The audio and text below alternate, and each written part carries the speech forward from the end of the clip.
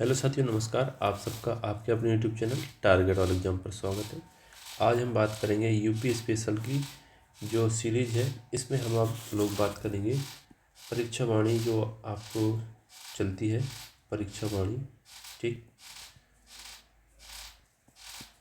उससे जो भी क्वेश्चन बनते हैं, हर एक चैप्टर का चैप्टर वाइज क्वेश्चन यहाँ पे कराया जाएगा। तो आप लोग हमारे चैनल से जुड़ सकते हैं और जो इसके क्वेश्चंस हैं वो क्वेश्चंस रामबाण साबित होते हैं हर एक एग्ज़ाम में यूपी के। अभी आप लोग देखते हैं कि यूपी लेखपाल में 20 नंबर का और लगभग जो भी यूपी ट्रिपल एस सी से एग्ज़ाम होने या आगामी, उनमें सब में 20 नंबर का यूपी स्पेशल पूछा जा रहा है, ठीक। तो यूपी स्पेशल के लिए आप लोगों को हम यहाँ से विशेष पैकेज देने जा रहे हैं जो यूपी स्पेशल से संबंधित है। तो आप लोग चैनल से ज़रूर जुड़े रहिए और चलिए शुरू करते हैं।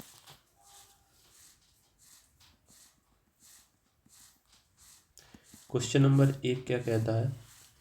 क्वेश्चन नंबर 1 कहता है कि किस समिति ने त्रिस्तरीय पंचायत प्रणाली की सिफारिश की थी? तो क्वेश्चन नंबर 1 कहता है किस समिति ने त्रिस्तरीय पंचायत प्रणाली की सिफारिश की थी? क्वेश्चन विकल्प 1 है बलवंत राय मेहता समिति, अशोक मेहता समिति और राव समिति ने और सिंघवी समिति ने। तो इसका जो राइट आंसर है वो है ए, बलवंत राय मेहता समिति, ठीक। चलिए क्वेश्चन दूसरा।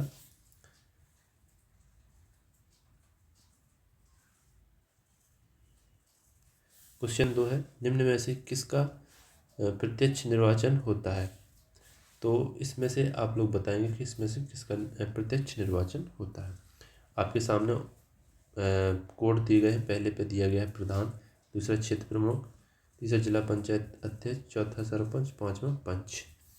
आप लोगों को बताना है कि इसमें से कौन कौन सी जो है जिनका डायरेक्ट चुनाव होता है, प्रत्यक्ष निर्वाचन जिसे हम बोलते हैं कि आम भाषा में पंचायत चुनाव होते हैं उनको, या कोई सदस्यों द्वारा चुना जाता है तो, ठीक है। तो यहाँ पर डायरेक्ट निर्वाचन किनका होता है? तो पहली चीज़ तो प्रधान का भी डायरेक्ट होता है और सरपंच का भी होता है और पंच का होता है।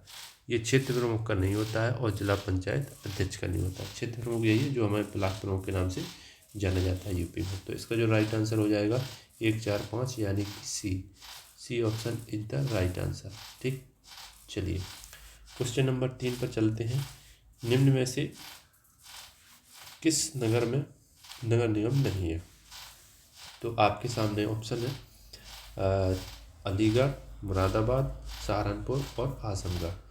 तो इसका जो राइट आंसर है वो हो जाएगा आजमगढ़। क्या हो जाएगा? आजमगढ़, ठीक।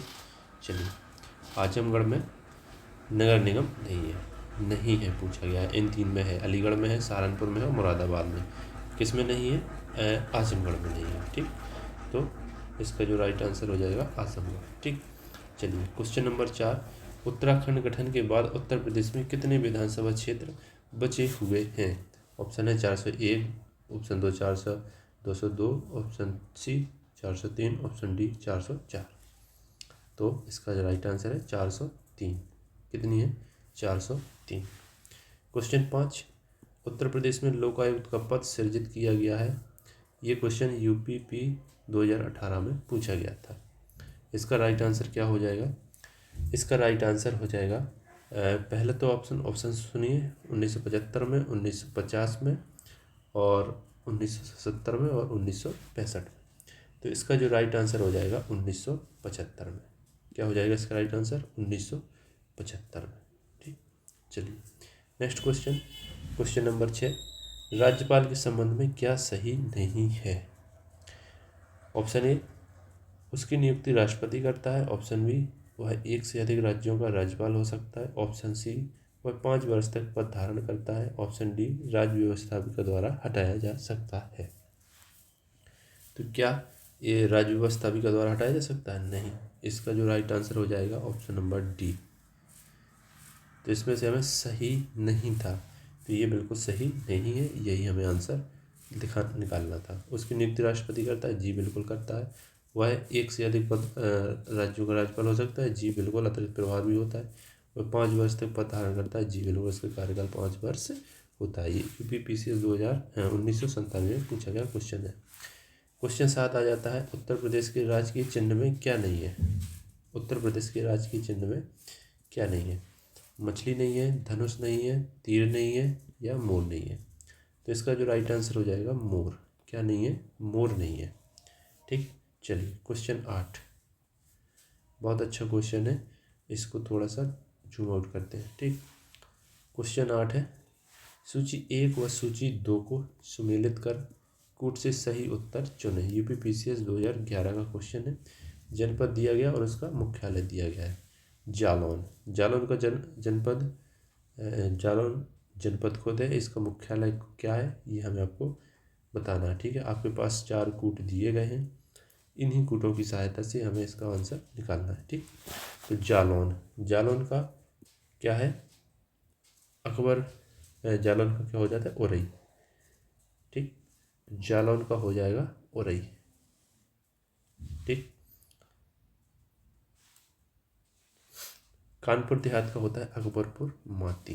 क्या होता है? अकबरपुर माती। कुशीनगर का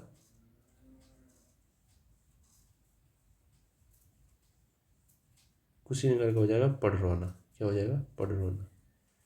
संत कबीरनगर का भदोई।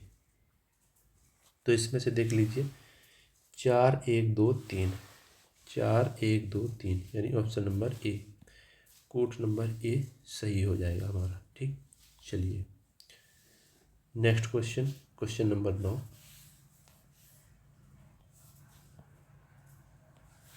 उत्तर प्रदेश का राजकीय पुष्प क्या है? उत्तर प्रदेश का राजकीय पुष्प क्या है? ये तो भली बात सबको पता होगा, टेसू यानी गुलाब। गुलाब नहीं होता, ये अपने यहाँ पे वृक्ष होता है पलाश का। क्या होता है? पलाश का वृक्ष होता है जिस पर टेसू नाम का फूल लगा होता है। ये आमतौर पर मार्च अप्रैल महीने में दिखाई देता है। ठीक, चलिए क्वेश्चन 10, राज्यपाल संबंधी निम्न कथनों में से सही का चुनाव करें। 4 कूट दिए गए हैं, बताना है कि कौन कौन से कूट इसमें सही है। ठीक है, चलिए तो पहला कूट पढ़ते हैं, उसे जन्म से भारत का नागरिक होना चाहिए। दूसरा है उसकी आयु कम से कम 35 वर्ष हो। तीसरा है लोकसभा का सदस्य होने की योग्यता रखता हो। चौथा है वह एकाधिक राज्यों का राज्यपाल हो सकता है। तो ये तो हम अभी पढ़े हैं कि वह एक से अधिक राज्य का राज्यपाल हो सकता है, तो ये तो एकदम करेक्ट है। लोकसभा का सदस्य होने की योग्यता रखता हो, ये जरूरी तो नहीं है कि वह लोकसभा की योग्यता रखता हो, इसलिए निगेटिव हो जाता है। उसकी आयु कम से कम 35 वर्ष हो, तो आयु भी उसकी कितनी होनी चाहिए? 35 वर्ष, ये तो सही है।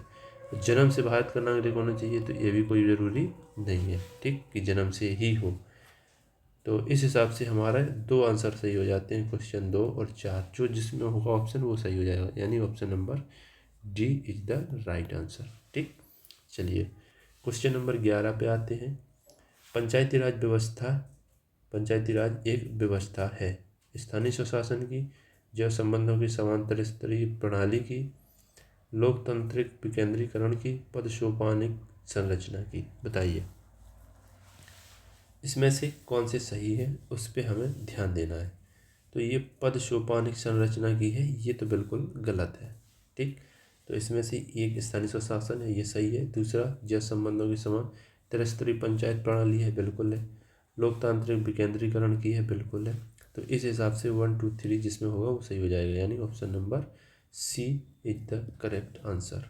ठीक, चलिए क्वेश्चन नंबर 12 कहता है कि कथन ए स्थानीय स्तर पर ग्रामीण मामलों के प्रबंधन में राजनीति का अंताखेल कम हो गया है।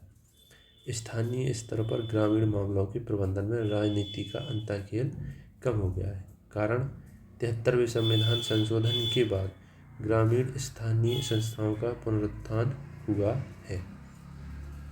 हमें बताना है कि कौन कौन से कथन इसमें से कथन और उसका कारण सही है या नहीं है। ठीक है, तो सीधी सी बात, आप यहाँ क्या कहा गया है? स्थानीय स्तर पर